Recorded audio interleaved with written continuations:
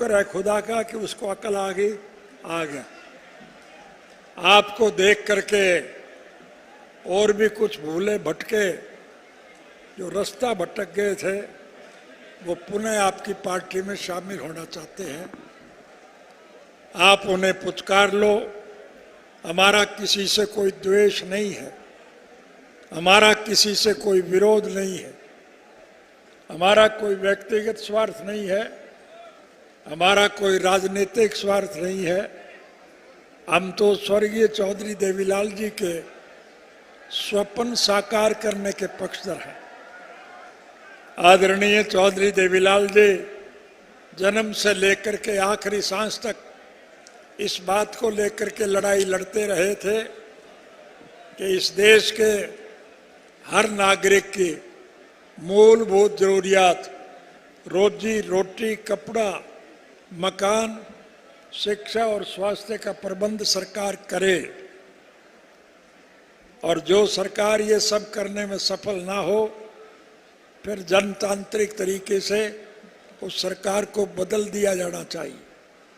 प्रजातांत्रिक प्रणाली में जनता के सहयोग और समर्थन से सरकारें बनती हैं और फिर चुनी हुई सरकार की जिम्मेवारी होती है कि वो जनहित के कामों में रुचि ले, लोगों की मूलभूत जरूरियात पूरी करे, राष्ट्र के उज्जवल भविष्य के लिए लगन और मेहनत से काम करे। लेकिन जो सरकार ये सब ना करे उस सरकार को बदल देना चाहिए। सरकारें तो बदलती रहती हैं लेकिन नीतियां नहीं बदला करती। हरियाणा प्रदेश के मौजूदा मुख्यमंत्री ने पिछली दफा मुख्यमंत्री का पदभार संभालने के बाद एक घोषणा की थी कि जिस किसी साथी को कोई तकलीफ हो वो मेरी कोठी पे आके दरख्वास्त दे, मैं उसकी मदद करूं। साथियों, संयोग से मुझे एक दफा चंडीगढ़ जाने का मौका मिला और चंडीगढ़ में मैं अपने किसी मित्र से मिलने के लिए जा रहा था। जिस सड़क से मैं जा रहा था उसी सड़क पर मुख्यमंत्री निवास था। मैंने गौर से देखा मुख्यमंत्री की कोठी सुन्नी पड़ी थी, वहां एक भी आदमी नहीं था। मैंने अड़ोस पड़ोस के लोगों को बुला करके पूछा कि भाई मुख्यमंत्री निवास तो सुनना पड़ा है, लोग आते नहीं है क्या? तब लोगों ने मुझे बताया क्या करे कोई यहाँ आकर के, काम तो किसी का होता नहीं और जो कोई दरख्वास्त लेकर के आता है पुलिस वाले पीट करके उसे जेल भेज देते। मैंने उसी दिन से मन में ठान ली कि अगर कभी सरकार बनाने का अवसर मिला तो मैं इस नीति को बदलूंगा। आपके सहयोग और समर्थन से हमें सरकार बनाने का अवसर मिला और मैंने अपने मन में ठानी हुई उस बात को क्रियान्वित किया। पहली कलम से मैंने ये फैसला लिया कि अब लोगों को सरकार के पास आने की जरूरत नहीं, सरकार लोगों के पास जाएगी। मुझे ये कहने की आवश्यकता नहीं, हम साल में एक एक गांव में जाया करता था और गांव के लोगों की तरफ से जो मांग रखी जाती वो आपकी मांग मानी जाती थी या नहीं मानी जाती थी। मैं आज आपसे फिर निवेदन करने आया, स्वर्गीय चौधरी देवीलाल जी के प्रति सम्मान व्यक्त करते हुए आप लोगों को एक नया निर्णय लेना है। ये मेरे कहने की आवश्यकता नहीं, मंच पर आपने देखा समूचे भारतवर्ष के विभिन्न राजनीतिक पार्टियों के अग्रणी नेता आपके सामने बैठे हुए थे और सबने ये मन बनाया हुआ है कि इसको शासन का अंत किया जाए। आज कोई सरकार नहीं है, ये तो लुटेरों का एक गिरोह है जो दोनों हाथों से देश की संपत्ति को लूटने पर लगे हुए। हमारा ये देश कृषि प्रधान देश, इस देश की अर्थव्यवस्था केवल खेती पर टिकी है। अगर किसान खुशहाल है तो देश माला माल है। और अगर किसान कंगाल है तो देश का बुरा हाल। आज इस मौजूदा सरकार ने किसानों की हालत बहुत दयनीय बना दी। आज हमें न बिजली मिलती है न पानी मिलता है। खाद और बीज के लिए हम लाइन पे लगते, फिर भी प्रभु की अगर कृपा हो जाए, हमारे खेतों में भरपूर फसल हो जाए, तो फिर हमें उसका लाभप्रद मूल्य नहीं मिलता है। हमारा उत्पादन कोड़ियों के भाव छीना जाता है। लेकिन अजीब विडंबना है कि जो उत्पादन हम बेचते हैं उसमें से जो चीज पैदा होती है उसे महंगे दाम पर बेचा जाता है। गन्ना हम पैदा करते हैं, वो मंदे में लिया जाता है और कई कई साल तक किसान को उसकी पेमेंट नहीं होती। लेकिन गन्ने से जो चीनी बनती है उसके दाम रोज बढ़ते हैं। चना, दाल, मूंग, मोस, मसर, अरहर हम पैदा करते हैं, वो मंदे में लूटा जाता है। लेकिन उसमें से जो दाल बनती है वो बाजार में महंगी बिकती है। सरसों, तारा मीरा, तोरिया, अड़सी हम पैदा करते हैं, वो मंदे में ली जाती है। लेकिन उसमें से जो तेल निकलता है वो महंगा बिकता है। हम ट्रैक्टर से खेती करते हैं, उसका डीजल का भाव रोज बढ़ता है। लेकिन हवाई जहाज में जो तेल जलता है वो रोज मंदा होता है, क्योंकि उसमें पूंजीपति वर्ग के लोग सफर करते हैं। ये सरकार लुटेरों की सरकार इस प्रकार के कानून बनाती है जिससे इस देश का पैसा मुट्ठी भर बड़े उद्योगी घराने उनके पास चला जाए और वहां से ये लूट के खाते हैं। इसलिए मैं आपसे निवेदन कर रहा हूं, आज परिस्थितियां बदल गई। बदले हुए हालात को ध्यान में रख करके हम सबको एक निर्णायक लड़ाई लड़नी पड़ेगी। दोस्तों, मुझे दुनिया के 152 मुल्कों में जाने का अवसर मिला है। सैर सपाटा करने के लिए नहीं, मैं हर मुल्क के राजनीतिक, आर्थिक और सामाजिक हालात की जानकारी हासिल करने के लिए गया था। विश्व के हर मुल्क में जाकर के मुझे एक बात को देख करके बहुत प्रसन्नता हुई कि समूचे विश्व के स्तर पर भारतवर्ष एक अनूठा देश है, जहाँ सभी धर्म और मजहब के मानने वाले लोग, सभी जाति के लोग आपसी प्रेम, प्यार और भाईचारे से रहते हैं।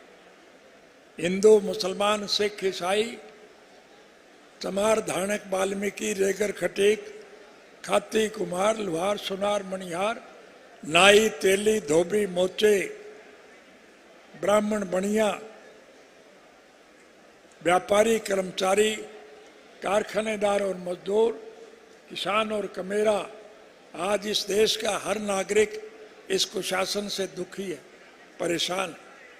जेल से रिहा होने के बाद मैं सबसे पहले उन साथियों का आभार व्यक्त करने के लिए गया जो पिछले 1 साल से भी लंबे अरसे से गर्मी सर्दी की परवाह किए बिना, बारिश की परवाह किए बिना, भूखे प्यासे दिल्ली के चारों तरफ सड़कों पर डेरा जमाए बैठे हैं। इसलिए धरने पर बैठे हैं ताकि केंद्र की सरकार की तरफ से बनाए गए ये 3 काले कानून जो किसान विरोधी हैं उन्हें वापस लिया जाए। प्रधानमंत्री इस बात पर बजित थे कि बने हुए कानून कभी वापस नहीं होते, लेकिन वो बधाई के पात्र हैं और मैं उन बहादुरों को बधाई दूंगा जिन्होंने दृढ़ निश्चय के साथ एक प्रण लिया कि हम मर जाएंगे लेकिन जब तक ये 3 काले कानून वापस नहीं होंगे हम धरने से पीछे नहीं हटेंगे। आखिर झक मार करके प्रधानमंत्री को झुकना पड़ा, वो 3 काले कानून वापस लिए और किसानों से माफी मांगी। संगठन में बहुत शक्ति है, इसलिए मैं आज आपसे फिर निवेदन कर रहा आया कि इन बिगड़े हुए हालात को ठीक करने के लिए हम सबको इकट्ठे होकर के एक लड़ाई लड़नी और लड़ाई में आपको सफलता मिले, इसके लिए मैं आपसे एक ही बात कहना चाहता हूँ आज की इस मौजूदा सरकार ने उस वृद्धावस्था कानून को मिटाने का काम किया। उन बुजुर्गों की पेंशन काटी गई। मैं उन बूढ़े बुजुर्गों को यह आश्वासन देना चाहता हूँ, सरकार निश्चित रूप से आपकी बनेगी, और जब आपकी सरकार बनेगी तो जो पेंशन आपकी काटी गई है उसका सारा पैसा मैं ब्याज के हम आपके पास भिजवाने का काम करें।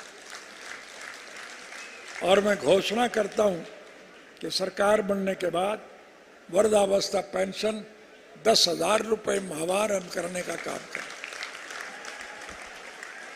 हम महिलाओं को अलग से 1,000 रुपया प्रति माह के हिसाब से देंगे। बेरोजगार युवकों को रोजगार देने का प्रदान किया जाएगा। पढ़े लिखे युवाओं को सम्मान भत्ता 21,000 रुपया दिया जाएगा।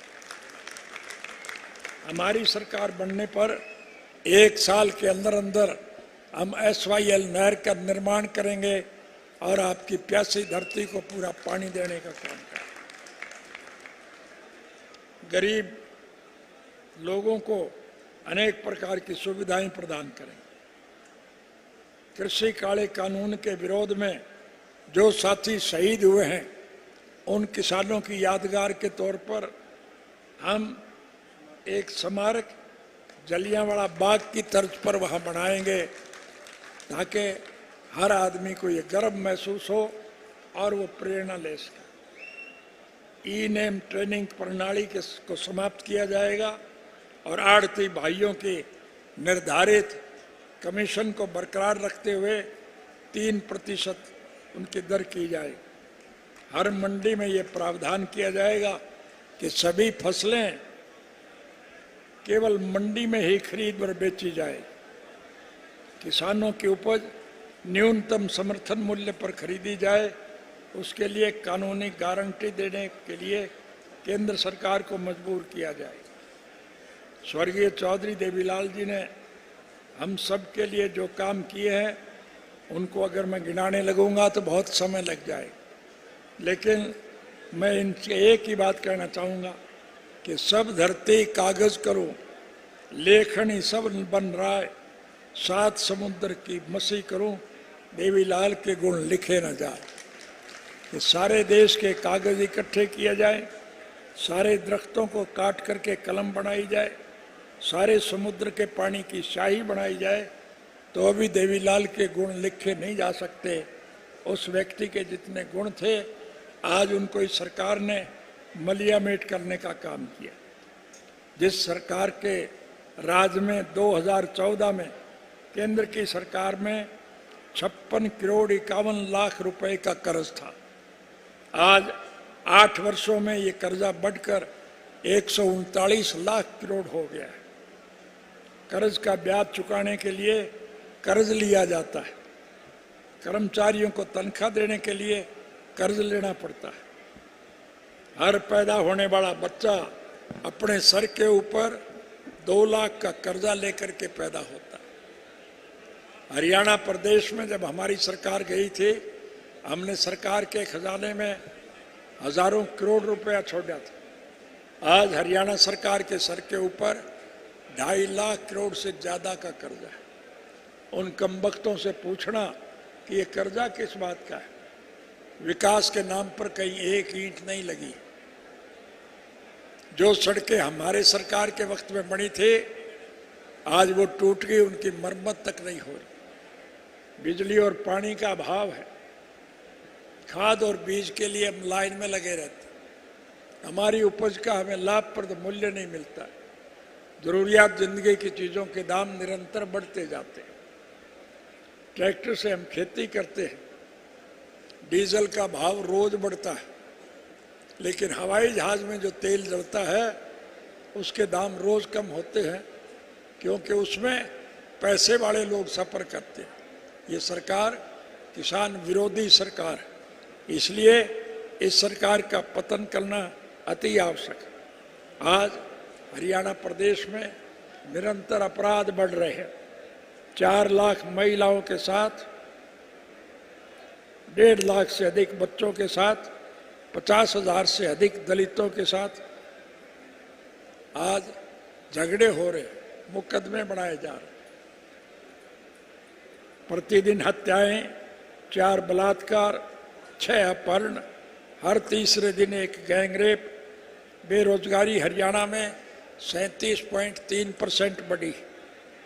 पढ़े लिखे डिग्री प्राप्त युवक नौकरियों के लिए मारे मारे फिरते हैं। चपड़ासी और माली की नौकरी भी उन्हें नहीं मिलती। एनसीआरबी की 2021 की रिपोर्ट के अनुसार 42,000 दिहाड़ीदार मजदूर, हरियाणा में 535 दिहाड़ीदार मजदूरों में आत्महत्या की है। विजय माल्या, ललित मोदी, मेहुल चोकसी व नीरव मोदी जैसे कई लोग लाखों करोड़ रुपए बैंकों से लेकर विदेशों में जाकर के बस गए। कहाँ तो ये सरकार ने वायदा किया था कि हम विदेशों का काला धन इस देश में लाएंगे और 15 लाख रुपए प्रति व्यक्ति देंगे, और कहाँ आज हमारे बैंकों का पैसा मुट्ठी भर लुटेरे लेकर के विदेशों में चले गए। घरेलू गैस का सिलेंडर जो 420 रुपए में मिलता था, आज वो 1100 रुपए में मिलता है। स्वामी विवेकानंद ने कहा है कि अतिष्ठित जागृत प्राप्य वारा निबोधित, उत्तिष्ठित जागृत प्राप्य वारा निबोधित। उठो जागो और तब तक मत रुको जब तक अपने लक्ष्य तक ना पहुंच जाओ। इसलिए हिम्मत और हौसले की जरूरत है। आपकी हिम्मत और हौसले से देश में राजनीतिक बदलाव आएगा, और जब राजनीतिक बदलाव आएगा तो फिर आपको सारी सहूलियात मिलेगी। हमारी सरकार के वक्त में 3,206 बच्चों को जो हमने नौकरी दी थी, उसकी वजह से मुझे 10 साल की सजा काटनी पड़ी थी। जिन बच्चों को हमने नौकरी दी उनकी तो तरक्की हो गई, लेकिन नौकरी देने वाले को 10 साल की सजा काटनी पड़ी। अब के मैं आपसे वायदा करके जा रहा, राज बना लो। जब आपकी सरकार बनेगी तो हम हर बच्चे को निःशुल्क शिक्षा देंगे, कोई पैसा खर्च नहीं होगा। और पढ़ने वाला बच्चा यदि बीमार हो जाए तो उसका मुफ्त में इलाज कराएंगे, और पढ़े लिखे युवक को उसकी योग्यता के मुताबिक नौकरी देंगे। हर बच्चे को नौकरी देंगे। किसी योग्य बच्चे के माँ बाप ने किसी मजबूरी में वोट चाहे कहीं भी दिया हो, हम उसमें वोट की राजनीति का दखल नहीं माने। हम हर बच्चे को नौकरी देंगे, टूटना पड़े मुझे उसकी कोई प्रकाश टुटाड़ा जिंदाबाद जिंदाबाद जिंदाबाद। इसलिए मैं आपसे निवेदन कर रहा हूँ, हिम्मत और हौसला कायम रखो। आपसी प्रेम प्यार और भाईचारे से मिलजुल कर देश के इस दूषित वातावरण को बदलने में अहम भूमिका निभाओ। आज समूचे विश्व की निगाह आप पर टिकी है। आपकी हिम्मत और हौसले के हर साथी इंतजार में बैठे हैं। आपकी हिम्मत से परिवर्तन आएगा कि मेरे इस देश के राजभाग के मालिक होंगे और लुटेरे जेल की सलाखों के पीछे बंद किए जाएंगे। ये मैं आपसे वायदा करता हूँ। सीधी जाटी भाषा में एक ही बात आपसे कहना चाहूँगा, राज बना लो, फिर थारे सारे खोट में काट दूंगा, तुम्हें कोई दिक्कत और परेशानी नहीं होगी। यही बात कहने में आपके बीच में आया था। आपने इतनी भारी संख्या में यहाँ आकर के हमारा जो हौसला बढ़ाया, उसके लिए मैं आपका आभार व्यक्त करता हूँ और भगवान से प्रार्थना करूँगा आपका हमारा ये सहचार सदा कायम रहे। आप सबका बहुत बहुत धन्यवाद। इंडियन नेशनल लोकदल पार्टी जिंदाबाद जिंदाबाद जिंदाबाद।